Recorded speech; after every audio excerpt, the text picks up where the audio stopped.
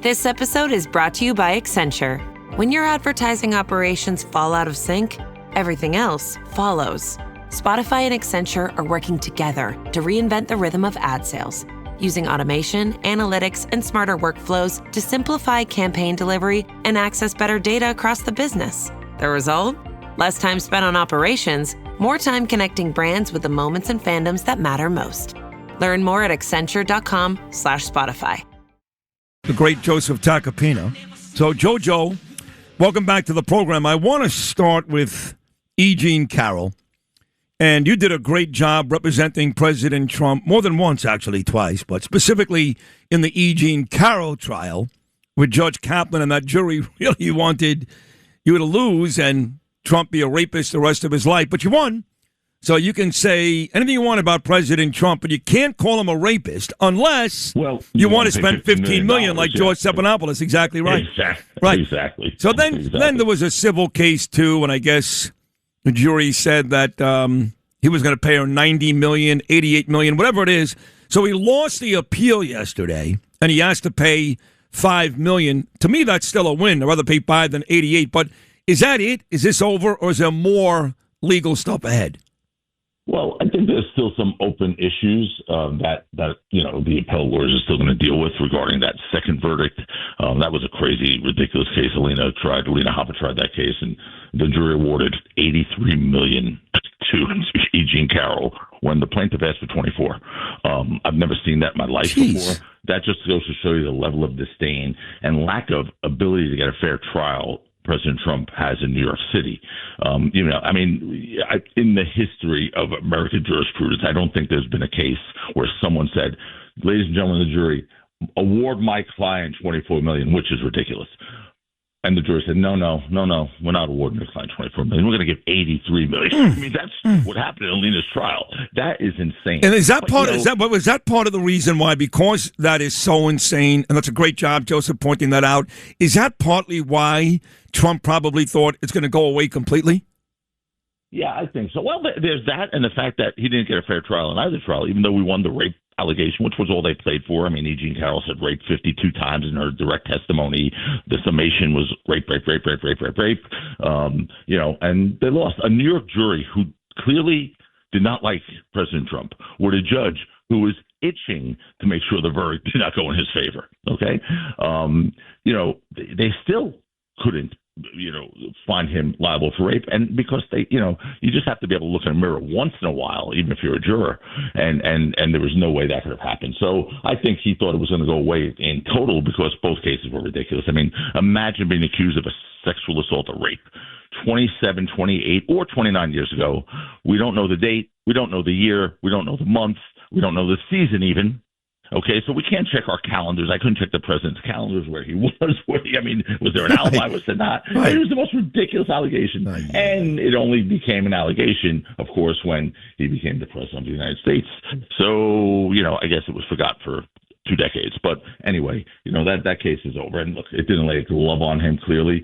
And he made out well. He's still plus 10 on this one, right? Plus 10 million. Because even if he has to pay the 5, George Stephanopoulos, in his infinite wisdom, went on TV and called him a rapist. Right. Thank you. Boom, 15 million. Right. So that's it, brother. So that case is a nothing. It's really a nothing burger. By the way, congratulations on the Hall of Fame. That's a pretty cool thing. I mean, Hall of Fame. Listen, you just said the word. I was listening to your interview with Anthony. You just said economic indicators. I was like, wow, that's such an amazingly sophisticated term, economic indicator. Did you think back in 5th grade in poly prep that you would even know what an economic indicator was, let alone be able to say it? Oh, God, right? No. It's just amazing where you've come, brother. Where you've come is just different level stuff. So I'm so proud of you, so happy for you. And by the way, on Fox News the other day, said that was as good as I've seen anyone analyze the state of the war of Iran. Well, two things. Anyone has done it. First of all, thank you for the kind words about the Hall of Fame. I love you, and we've been friends, like you said, since the 5th grade at Poly Prep in Bay Ridge, Brooklyn. But you and I spoke, obviously. I know how you feel. But when you say that you thought my analysis on Fox News Sunday morning was as good, if not better than anyone you've seen, first of all, thank you. But second of all, explain to the audience why. Well, because I've been saying that to you all along. We've been discussing it. Because we're in a quagmire. We are stuck we could say on television all we want, we won, they're crippled, this is almost a complete surrender. It's not. We're still in a war. We're nowhere near a resolution, because we need a resolution. We need a resolution, either a total annihilation and a victory, or a favorable resolution, not a resolution that has half the Republicans saying, my God, we're giving a terrorist nation $300 billion. I mean, we need a real resolution. We don't have one. Well, hold on for a second. Hold on, because you're right. That's what we're going to do. I don't care what anybody says. But we've got Republicans on record, Trump and his people saying, no, Bessent, maybe Vance, they don't get any money. They don't get any money unless they comply. I'm not sure that's true. In fact, I don't think it is true. And what does that mean if they comply? My guess is they get money right away. They do get money right away. And by the way, as far as them complying, what weapons inspectors going in there are going to know if they comply? They have uranium under the ground. They're never complying. They're gonna talk the talk, walk the walk, and say they're complying, but they're never complying, and they're going to get that money. They're going to get a lot of money. So this is a home run for them if they could get this deal. I mean, honestly, if we could all rewind to before we went and started this war, we'd be in a better position. Clearly, we'd be in a better position, the people of this country, with the prices of gas and food and all the things that are really hurting us for the chance for the midterm, because we're in a bad spot for that. So I would say this. I agree with you with that big fury, and I love that big fury. That Saturday morning, I've never been more proud of a president than I was for President Trump. See, for me, Midnight Hammer did enough, because I do believe that we really damaged their centrifuges, their nuclear capabilities. Midnight Hammer, that was amazing. But Epic Fury, all we've done is cause more issues than anything good. Sid, 100%. Like Epic Hammer, we did what we needed to do. We sent a message, number one. We lost nobody. And we did what we needed to do. We showed we're going to mess around with us. We're coming in there with our incredible military might, and we're going to take you down. And we did that. And we no one argued that we didn't obliterate, as President Trump said, their nuclear systems. No one argued that. It was over. And then we started this thing again, and it's been nothing but bad. I mean, honestly, we went in there without planning, Sid. I'm telling you, as a military guy and someone who's in touch with our leaders, we went in there without planning. We didn't secure our bases and embassies. Those are destroyed. Bases and embassies. We didn't secure the Strait. Before you go into a war with Iran, every leader said, you have to secure the Strait. We didn't do that. Okay, now that Strait's going to be a mess for our lifetime, for sure. So we didn't have a plan. We didn't go in there well. Our munitions are low, no matter what anyone says. Pete Hegseth testified to that in Congress. On TV, he says something different, but when he testified on the oath, our munitions are low. We need money. Wait, money, so let me stop you. So are you, Joseph Tacopina, I love you like a brother, and I actually trust you and believe you, are you calling Pete Hegseth, the Secretary of War, a liar? I have a lot of things to say about Pete Hegseth, Sid. Honestly, I think he's doing more damage than we could withstand. I think he's giving the president some real bad advice. And what he's done this week, to me, crossed the line, beyond any line he's ever crossed. And what he did was removed our greatest warfighter. He has this thing, and I know he has an issue, a little bit of a vendetta against the Army. He was a National Guardsman, and he was sort of not treated well, he thought. And, he's now in a position, and I'm going to just shoot straight with you, where, first of all, he's made some not good statements publicly, statements that have come back to haunt us. He removed certain elements of our warfighting intelligence that's caused us to do things like, accidentally bomb a school with children in it. Because God forbid Iran ever bombed a school with our 170 of our little school children in it. This country you'd see a hornet's nest or like a pit vipers would be for the rest of our lives. We would annihilate that country. But what he did, we lost General Donahue. And you know how I feel about Chris Donahue. General Donahue is a family to me. He isn't just another four-star general. Pete Hegseth forced out General Donahue after forcing out General Randy George, who was an icon, the leader of the Army, the chief of staff. Oh, wait, actually, I knew about Randy George. I didn't know he forced out Donahue. When was this? Just 4 days ago. So oh, my God. He reduced his command from a four-star command, he's a four-star general, to a three-star command. And then when Donahue agreed to go elsewhere, he blocked all those attempts for CD, General Donahue, to go elsewhere. Is he doing all this? Is he doing all this because he's paranoid? What's his problem? He's clearly threatened by General Donahue because General Donahue is almost like a Hollywood action figure warfighter. Okay, he also has alliances with people like General Leneve, who he put into a position that I don't think he's qualified for, that many people don't feel he was qualified for. That's his friend. General Donahue fired General Leneve 10 years ago, and so did General George. But here's what I have to say, and you've got to give me a second just to get this out, because your viewers need to understand the gravity of this. General Donahue isn't simply another four-star general. He is the most decorated combat leader of our generation. He was a Ranger leader. He was the Delta Force commander. He was commander of the 82nd Airborne, commander of the 18th Airborne Corps. He is NATO's senior land commander in all of Europe. He's been deployed more than 20 times in defense of this country, Sid, in the most treacherous deployments. He destroyed single-handedly. Now, of course, he had his troops, but he was the one who destroyed ISIS. He basically strengthened NATO against Russian aggression. The Ukraine relied on General Donahue as much as they relied on anyone in their military, anyone. Okay? And was widely considered to be the chief of staff of the Army, the future chief of staff of the Army. When a leader like that is shown the door without any compelling military reason, every soldier in uniform notices, and that should concern the American public, because I will tell you this, until recently, he was the next chief of staff of the Army, or even chairman of the Joint Chiefs of Staff, and he's without a doubt the most respected and most experienced senior leader the Army has got. He's a front-end conceptual thinker, Sid. He's an experienced leader. He's got a human touch, which in the Army, by the way, is very important. He inspires people. I've seen him inspire people. It's like, I want to drop to my knees when I'm in front of this guy. He gets the most from soldiers, and he's been there and he's done it. And by the way, he's modest about it. He's the best soldier in the Army today. That doesn't come only from me.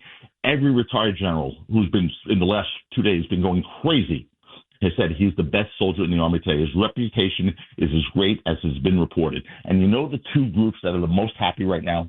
The two groups. The Kremlin and every terrorist organization in the world. Because Putin feared General Donahue. I had that from Russian intelligence. I mean, there are people, and that's known. He feared Donahue. The terrorist organizations bowed to him. What he did with some of these, Taliban guys is unbelievable. I know the facts. I know that he basically threatened them that if they moved a muscle, he would annihilate that whole organization. They feared him. Putin feared him. We lost him. So that is not a loss that we could really withstand, Sid. I'll tell you. And by the way, the people who really, really support General Donahue, as an Army person, you have William McCraven, Admiral McCraven, the guy who, was SEAL Team 6 with the Bin Laden hit. He said that Donahue was the most brilliant officer he knows. General Thomas, Special Operations Commander, said he's a generational leader.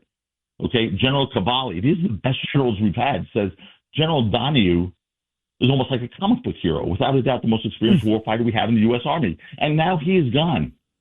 He's gone. No. I mean, he has more awards. He's decorated more than anyone. He has 5 Bronze Stars, 3 Legion of Merit medals, 2 Defense Superior Service medals. I mean, every war we've been in since 9/11, he's there. And he's gone. And it kills me, because not only is he the greatest leader we had, I know him personally. I've spent a lot of time in Germany with him. He's one of the greatest human beings I've ever met. He's intellectual, yet he's fierce. Yeah. As a family man, what he does is, I don't want to get to his personal stuff, but this guy, what he's done for people is mind-boggling. And I was moved so much this week, so upset, Sid, that, I'd like to think I don't really have a tear duct anymore, but it came there. And it's disgusting to me, because he is someone who's done so much for this country and was basically discarded by the United States Army, where he gave his whole life. From West Point on, he gave his whole life. Terrible. And we're hurting right now. We're hurting. And the Army is hurting, because everyone's saying, my God, Donahue was kicked out? Donahue. Like, he's like the modern-day General Patton, okay? And he's kicked out. So it's really shaking the Army right now, particularly the Special Forces community from which he hails. And it's troubling, Sid. It really is. And so Pete Hegseth, we have now 24. We're up to 24 senior leaders who have been shown the door, by Pete Hegseth. Is that right? 24? So, yeah, 24. Randy George, when asked in Congress, why did you fire Randy George? Give us a reason. What, did he do something? Was there a clause? There's no clause reason. There is no clause reason. He just did it. That means you took the leader of the Army in the middle of a war and removed him. We have no chief of staff of the Army right now, Sid. Okay? It's like changing the engine of a plane mid-flight. That's what it's like. In the middle of a war. Yeah. I mean, and there was no reason. No. I'll tell you what, you're never going to get this on Fox News because they love Pete there still. He was part of that weekend crew. You're never going to get this from the Trump administration. So this information, which you just volunteered, that's big stuff, Joe. I'm not trying to, I support the president, and I support our country. I support of course. I take no joy in saying this, but I'm in with those military guys. I hear them. I see them. I know what's going on. It's really bad. It's really bad. And it's just horrible to think that one person has taken out personal vendettas. The military is the one place in the world. Companies have nepotism, cronyism, favoritism. You put your buddy in a position, great. I'll hire your son, you hire mine, whatever. The military can't have that. The military cannot have that. The military has to be by merit only. We just lost some of our greatest warfighters, generational talents that are irreplaceable. And I'm worried. I'm really worried for where we go here. That's the perfect way to end this. Joe Tacopina, an amazing. Rubino just said, man, I just learned a lot. So did I. So did this audience. Thank you for sharing all this, because I guarantee you that the majority of my audience, if not everybody, has no idea. And maybe some Pete Hegseth fans may want to think twice. I don't know. I'm going to call Mark Levin later, too. But, Joseph, that was an amazing, amazing appearance. I love you. Thank you so much. Brian Kilmeade, by the way, Sid, I'm sorry. I know we're ending this, but Brian Kilmeade will tell you. Brian Kilmeade spent a lot of time with General Donahue. You love Brian. Brian's a Fox News guy. He's as Fox News guy as they get, right? Yep. He is furious. He's furious. He is. And he has a right to be furious. Oh, speak to Brian. I'm going to call him. I'm going to call him today. I'm going to call him today, then I'm going to call you. He loves General Donahue. And he spent time with him. Because if you spend time with General Donahue, you love General Donahue. He's a man that is just on a different level. And it really is like, he's family to me, but I think he's the most impressive human being I've ever met in my life. Wow. That's saying a lot, because you know me. I meant after you. I mean, he's not in the Hall of Fame or anything. He's got 5 bronze. I love you, Joe. That was great. I'm going to call Brian today. I'm going to call you back afterwards, okay? Please do. What an amazing appearance. Thank you, Joseph. There he is, the best defense attorney in the world, my dear friend of 48 years. But how about all that information about the Army? He knows his stuff. He's in Germany every other week. Why doesn't Joe teach a class? He does on law at Harvard. Okay. Believe it or not. I can see it. But on the military stuff, he's in. When I share stuff with the audience, and often I'll say, I'm not going to tell you where I got that from, but somebody at the Pentagon, or I do that occasionally. I do that. Tacopina's in there. He's at the Pentagon. He should teach. He should. And he tells the truth. Yeah. He tells the truth. A lot of people are up Pete Hegseth's ass because Fox News and Trump loves him. But on this show, John Catsimatidis always talks about WABC is about the truth. There's no show on this station that does that more than us. No show comes close. There's a lot of bias on this station. Trust me. I'm biased towards Trump, too. But you're not going to hear on this show we've won the war. You're not going to hear that Pete Hegseth is doing an amazing job. You're not going to hear it. You're not going to hear that Mamdani is smart. You're not going to hear it. So really, if this station is all about the truth, then we deserve another award today, which we may get. I don't know. Thanks for listening to Sid and Friends in the Morning. You can hear Sid and Friends in the Morning weekday mornings at 6. If you like the podcast, share it with your friends and listen anytime at WABCRadio.com and download the WABC Radio app. Hit that subscribe button on all major podcast platforms. Plus, follow WABC on social on Instagram, TikTok, Facebook, and X. See you next time for a new episode so you never have to wonder. What the heck is going on here?